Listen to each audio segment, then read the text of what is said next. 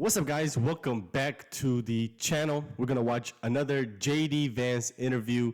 This is with Margaret from Face the Nation. The first comment on this video says, I've never seen a single Democratic candidate being grilled like this. These double standards are disgusting.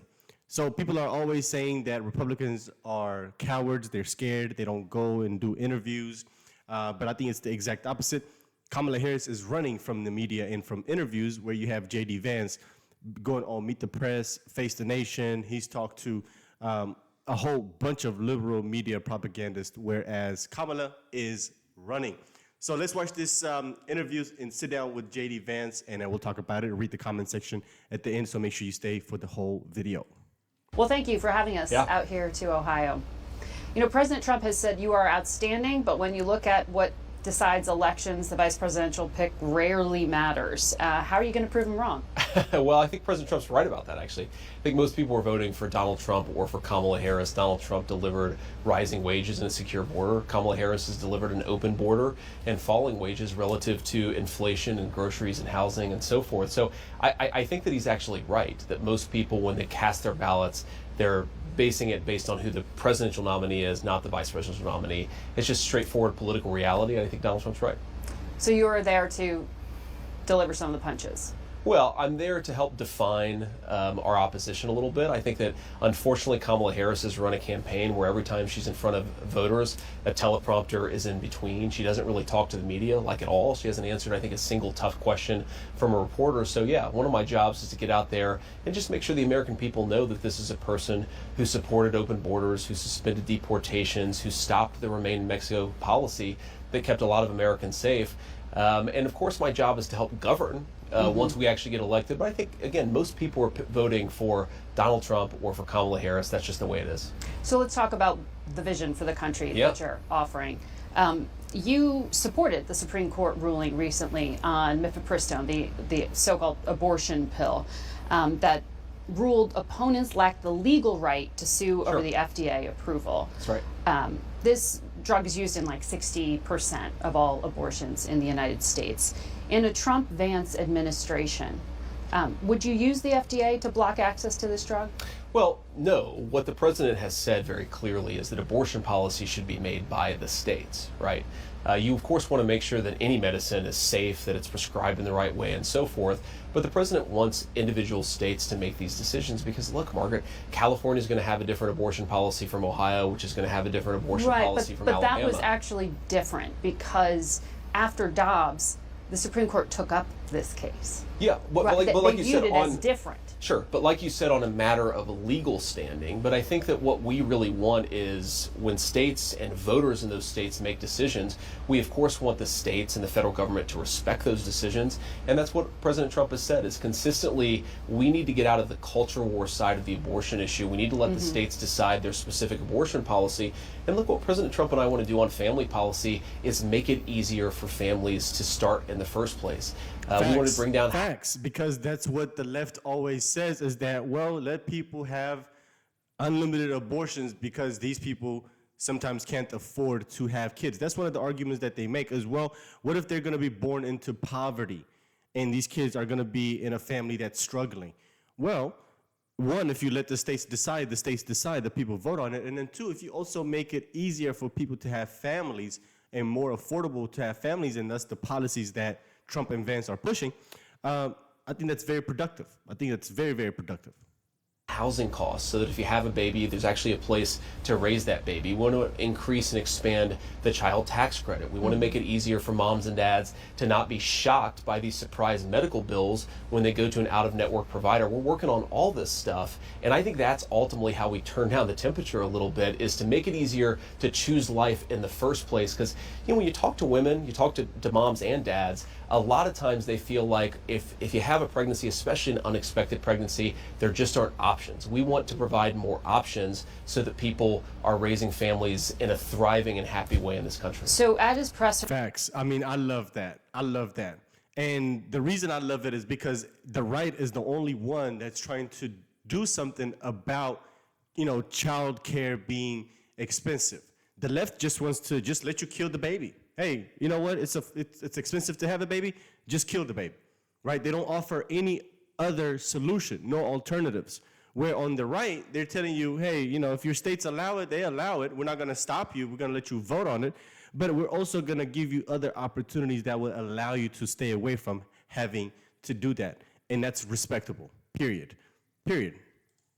This past week, Donald Trump seemed to indicate he was open to restrictions on mifepristone. He was asked by a reporter about this, and he said there are many things on a humane basis that you can do, but also give a vote. So he did seem to be indicating he's open to restrictions on this particular drug. No, he's not. He said also give a vote. Let the people decide. What he said. Are you saying that's wrong? Well, I think what he said, Margaret, is, first of all, even some of the reporters who were in the room in that press conference said it wasn't clear what the reporter was asking. Maybe he couldn't hear that person super clearly. So I don't want to put words in President Trump's mouth. What he has said very clearly in the debate is that he agrees with the Supreme Court decision, but more importantly, he wants these decisions to be made by the states. I think that is the President Trump vision for the Republican Party. Because you personally signed on as a senator to a letter to the DOJ demanding it shut down all mail order abortion operations under the Comstock Act. So would you seek to enforce that law differently? Well, what we said in that letter, Margaret, is that we want doctors to prescribe this stuff to ensure that it's safe. I mean, we do this with antibiotics, we do this with a lot of antidepressants, and we just want the FDA to make sure that doctors are prescribing this in a safe way. That's all that we ever said, and I believe that that is how President Trump feels about this, is again, you want the states to make these determinations. You also want to make sure the FDA is ensuring that these medications are safe for anybody who's taken them. It's been on the market for decades, and the FDA does say it is safe, but would... See, she's not being honest here. They're only talking about just for you to be able to get it through the mail. He's saying it should be prescribed by a doctor without you just clicking a button and you get it ordered and shipped to your house. That's the difference here. Well, antibiotics are safe, but we want to make sure they're prescribed by doctors and that doctors are properly monitoring this stuff so that people don't get hurt. And of course, Margaret, we've talked now, I think, for 6 questions about abortion. I'm still trying to get a clear answer. So for an FDA commissioner that you would be part of choosing, where that commissioner stands on this drug, would that determine whether or not they are chosen to be put in this key role? I think President Trump has clearly said there are no litmus tests on this particular issue. He just wants to make sure that drugs are safe and effective before they're out there in the market. And of course, that doctors are properly controlling this stuff so that people don't get hurt. And again, Margaret, I mean, we talk about abortion. I think President Trump's views on abortion are extremely clear. And what's interesting, of course, is that President Trump is trying to find some common ground on this issue. And you have Democrats who have supported abortion right up to the moment and sometimes even beyond the moment of birth, which is just sick stuff. And I think it's such a contrast. That's not accurate. It is accurate. In fact, the Born Alive Act, multiple members of the current Democratic administration, including our vice president, supported that legislation. They put the fact check under there. They've supported taxpayer-funded abortions up to the moment of birth. I just think it's bizarre, and you contrast it to Donald Trump, who's trying to find some common ground on this issue. What he's trying to do... Well, actually, he's saying send it back to the states so he doesn't have to stake out a position on this. So that the states, Margaret, that's an important part of our federal process, is that states sometimes are going to make these decisions for themselves, and I think that's how you find some common ground. But on that, you were saying both that it should be doctors who determine the safety of a drug, but also that states should determine the availability of that drug. Do I have that right? Well, no, that states are going to determine their abortion policy, and of course doctors are going to determine the safety of drugs. And if 60% are through medication abortion, it brings us back to the pill. That's why I was asking you that. Well, but again, states are going to make these decisions. I'm actually confused a little bit by the question, Margaret, because if Alabama, let's say, is going to have a different abortion policy from California, that's not inconsistent with then saying doctors are going to have to prescribe this stuff, whatever the individual policy of the state is. I'm not sure what the confusion is there. I don't know. President Trump said there are some humane things that could be done in addition to the again, vote. in a loud room where he couldn't hear the question super well, but I think his view on this has been very clear, and I've just articulated it. We want to clarify what Senator Vance said. They're going to have that. Wow, they want to clarify. They want to tell you what they want you to think, not what he just said. This is crazy. About the Born Alive Survivors Protection Act and his claim that Vice President Harris supported. Honestly, it's a waste of time. Let's get back to the interview. Family administration voted for it either. Here's more of our interview. So let me talk. You talk about family policy, so I have some specific questions Please. for you on that. You've been talking about the concern about the low birth rate in the United States of America, Yeah. which is well documented. You said people without children should pay higher tax rates than those who have children, and the U.S. should look at lowering income tax rates on women who have multiple children, and you pointed to Hungary as a model for that. How do you plan to implement that policy? Well, it's called the child tax credit, and we should expand the child tax credit. If you think about what the child So tax you and credit the Biden does, administration agree on the child care tax credit? well, we think it should be Anybody notice just that smug, fake smile she keeps putting on her face? It's just, every time she does it, it makes my skin crawl.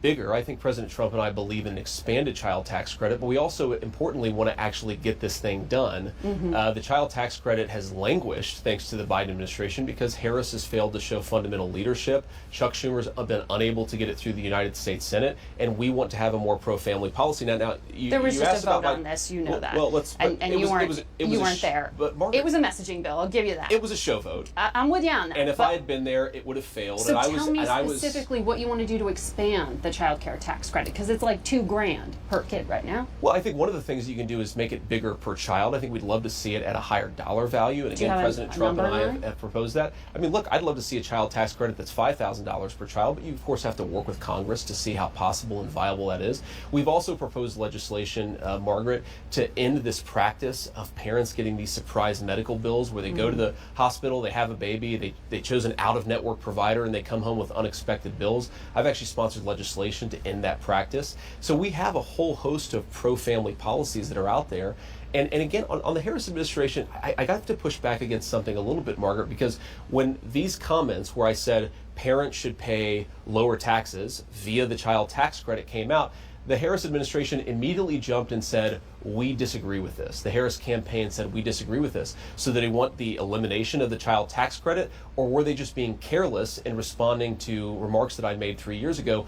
I don't know. They should clarify it, maybe in an interview with you, but of course Kamala Harris refuses to do interviews with anybody. Well, we hope to have her on and ask her Me about too. that. So the child care tax rate, you said $5,000 per child is what you would like to get to. Where would that kick in? Because the current one, if income is $400,000 or below, it's $2,000 per child. So where would the $5,000 per child kick in I'd like for to have you? a broad-based family policy and a broad-based child tax credit, Margaret. Again, we've talked about doing this for a long time. President Trump has been on the record for a long time supporting a bigger child tax credit. And I think you want it to apply to all American families. I don't think that you want this massive cutoff for lower income families, which you have right now. You don't want a different policy for higher income families. You just want to have a pro-family child tax credit. I love So it. you have personally opposed universal child care. How do you solve the child care crisis in America? Well, what I've opposed is one model of childcare. We, of course, want to give everybody access to childcare, but look, in my family, I grew up in a poor family where the childcare was my grandparents. Right. And a lot of these childcare proposals do nothing for grandparents. If you look at some of these proposals, they do nothing for stay-at-home moms or stay-at-home dads. I want us to have a childcare policy that's good for all families, not just a particular model of family, and that's what I've said. So what do you mean by that? There would be like a credit per kid if it's a stay-at-home mom, credit per kid if it's grandma. Yeah, if exactly. they get a check No, to take care of that's their... exactly what I proposed. Now, I don't, that's exactly what we've proposed both publicly and I've talked about doing privately. I'm just saying that I don't want us to favor one family model over another. If you've got grandparents who are at home taking care of the kids, I think they deserve to be treated the same way as other family models by their government. Gay families. They'd be included.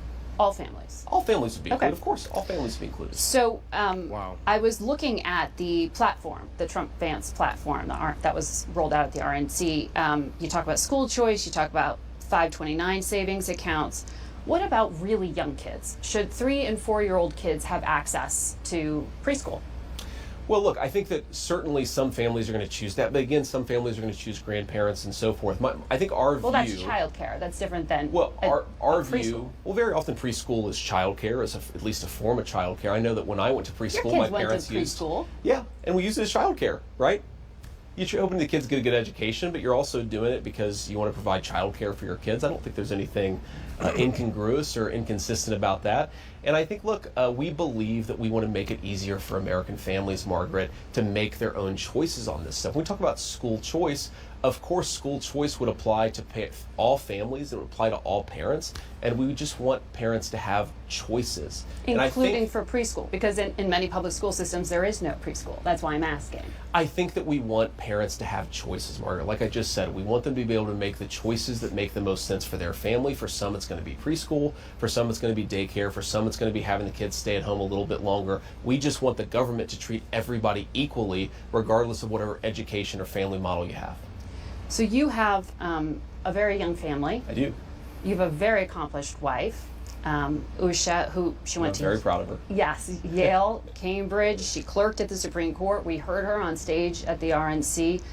You gave a recent interview to Megyn Kelly. Yeah. And you spoke about white supremacists attacking your family. Sure. Because she's not a white person. How concerned are you that this kind of hate would follow you to the White House? Well, look, it's going to follow us wherever we go because that's the nature of public life in America, and it's disgraceful. Look, I love my wife. I'm very proud of her. I'm extremely lucky to have met her and to have gotten the chance to build a life with her. And my attitude on this is if people want to attack me, attack my policy views, they're welcome to. I signed up for it. My wife didn't sign up for it, and by the way, she's way out of their league, the people who are attacking her. So I wish they would just keep their mouths shut or at least focus on me. But look, it's the nature of public life in this country. My wife's pretty tough, and she knows what we signed up for. I imagine it's hard to keep your temper when you hear things like that. Yeah, I get pissed off sometimes, certainly. Yeah. When people attack your family, and certainly attack your family for something that no person can control. And I do think that there's been this thing in America where we've said that we should judge people based on their skin color, based on their immutable characteristics, based on things that they can't control. I frankly think that, unfortunately, a lot of people on the left have leaned into this by trying to categorize people by skin color and then give special benefits or special amounts of discrimination. The Harris administration, for example, handed out farm benefits to people based on skin color. I think that's disgraceful. I don't think we should say you get farm benefits if you're a black farmer, you don't get farm benefits if you're a white farmer. All farmers, we want to thrive, and that's certainly the President Trump and J.D. Vance view of the situation. But I do think, unfortunately, when our leaders divide us by race, you're going to have hate on the left side of the political spectrum, you're going to have hate on the right side of the political spectrum. We should just judge people based on individual characteristics and based on merit, and that's certainly what President Trump and I want to do. But that wasn't born in the last 4 years. I mean, not at all. But I think that President Biden and Harris have certainly accelerated it. I don't think you've seen anything like what we've seen from Kamala Harris when it comes to handing out government benefits based on people's immutable characteristics. The actual legal enshrinement of discrimination in this country, we haven't seen anything like it in the last 30 or 40 years. Certainly back in the 60s and 50s, we all look at that as a period that we wanted to get away from, and in some ways the Harris administration has re-implemented it. I think it's pretty disgraceful. Yeah. Well, in your own movement, that's what I want to ask about, because one of the supremacists who was saying things like this about your family, Nick Fuentes, an avowed anti-Semite, went after your wife. He had previously dined at Mar-a-Lago with Donald Trump. Does this have any room in your movement, in the MAGA movement? Of course it doesn't have any room in the MAGA movement, and of course... You disavow him and this. And of course Donald Trump has criticized this person. Look, I think the guy's a total loser. Certainly I disavow him, but if you ask me what I care more about, is it a person attacking me personally, or is it government policy that discriminates based on race? That's what I really worry about, is bad government policy that harms people based on their immutable characteristics. Look, a lot of losers are going to attack me and attack my family. I think the proper response to them is to ignore them. Don't feed the trolls, and they largely go away. What I worry much more about is bad government policy, Margaret, because I think it's a bad thing. I want to ask you about some of the things you've said on the business front. You said you're among the most pro-labor Republicans in the Senate. You're not a big fan of right-to-work laws that make it harder to, for unions to organize. Our latest CBS poll shows your ticket is down 13 points, 56 to 43, among voters with a union member in their household. Why do you think there is this differential? Why behind? Well, first of all, Margaret, I'm skeptical of any polling at this level because I think that you have to persuade voters. The poll that actually matters is on Election Day. And I think we're doing great with union voters, especially people like the Teamsters, the United Auto Workers, because we're the people who are trying to protect their jobs. Kamala Harris has pursued a series of green energy policies that would ship more and more manufacturing jobs to China, more and more energy jobs to China. That's going to destroy a lot of union jobs. And what President Trump and I have to do is make the case to these workers, union and non-union alike, that we're the candidacy, we're the presidency that's actually going to protect their jobs and protect their right to earn a good wage in the country they love.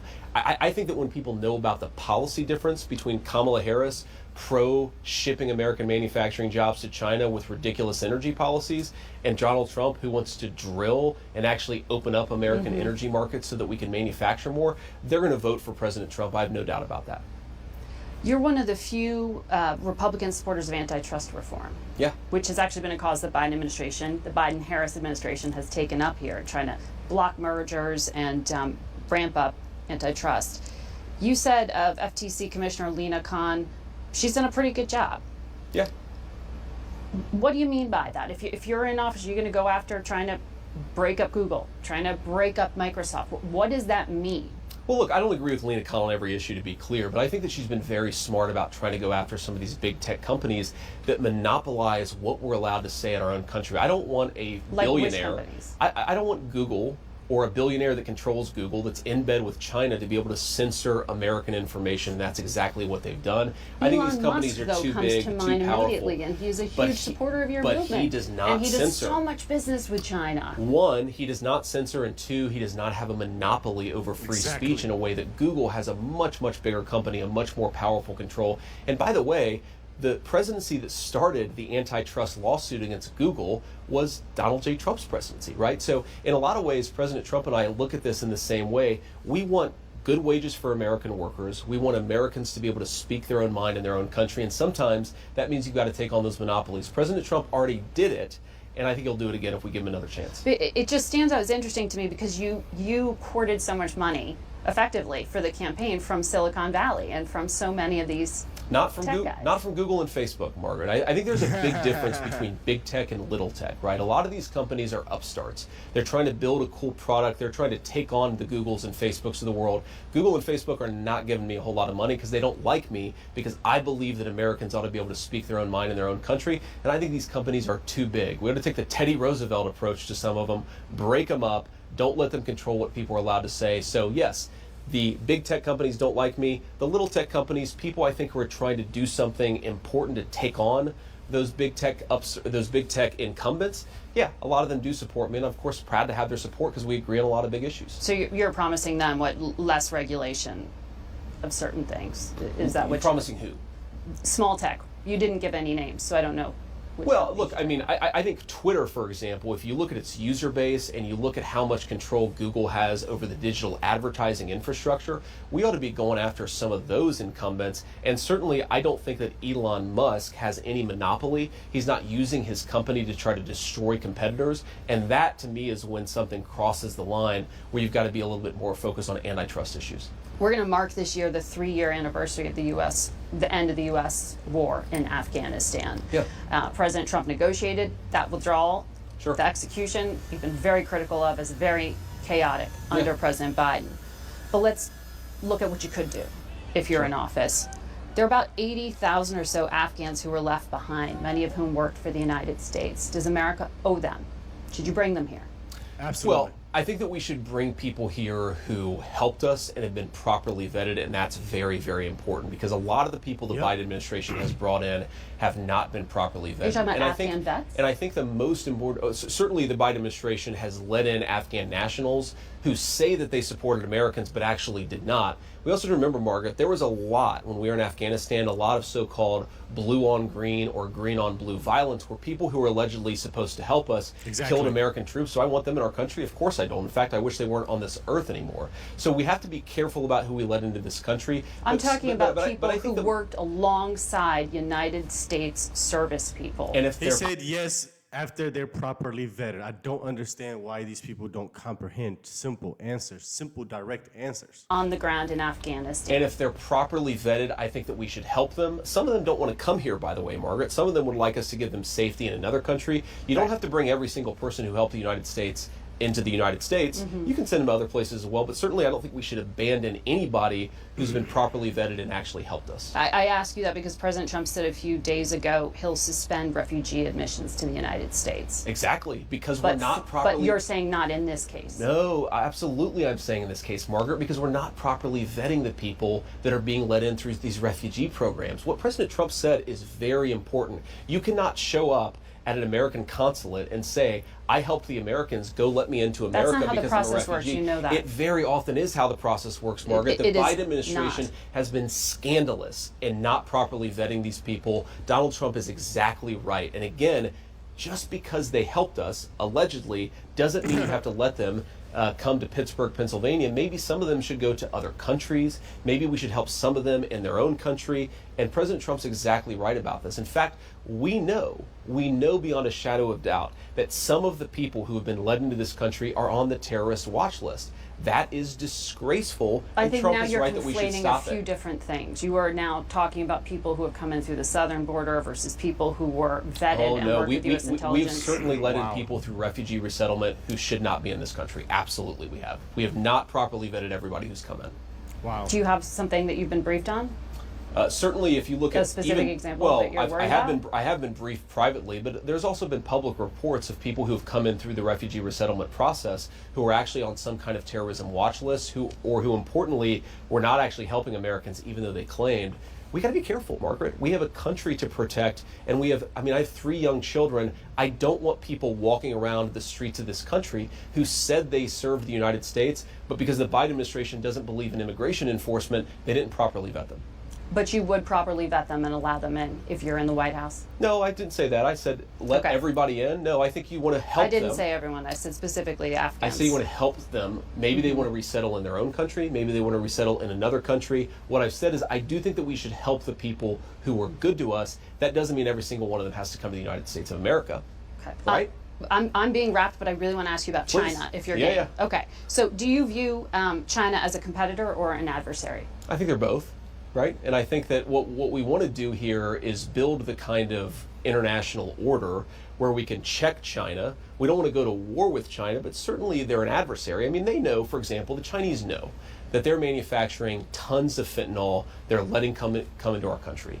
Kamala Harris has done nothing about this. She should apply diplomatic and economic leverage over the Chinese to stop manufacturing this fentanyl, which then comes into the Mexican drug cartels, which they then ship into our country. The United States has designated some of these groups this is a and pressed scandal. the Chinese government. Oh, we could do so much more. Fentanyl is not easy to manufacture, Margaret, and if Harris was applying proper leverage to the Chinese and to the Mexican drug cartels, we would not have so many people dying of fentanyl. How do you do that?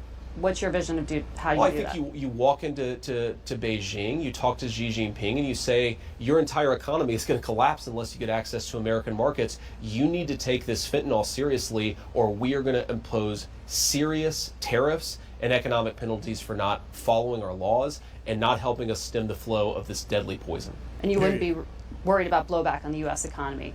I think that we have a powerful economy, Margaret, with the best workers in the entire world. If we need to fight a trade war with the Chinese, we will fight it and we will win it. But we cannot do what Kamala Harris has done, which is be so terrified of using the economic power that we have that she's not even willing to stop the flow of this deadly poison coming into our country.